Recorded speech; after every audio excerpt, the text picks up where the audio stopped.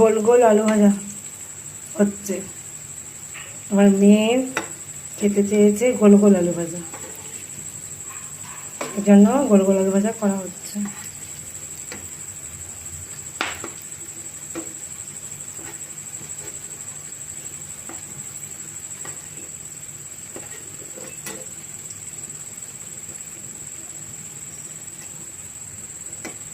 উল্টে দিলাম আলুগুলো, সবই আলু সেদ্ধ হয়ে গেছে।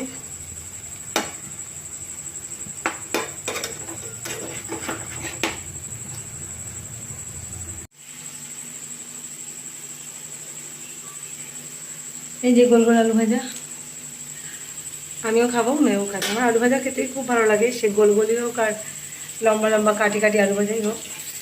তো উনি আজকে বললেন মা গোল গোল আলু ভাজা করো, এই জন্য করছি অনেক দিন পর।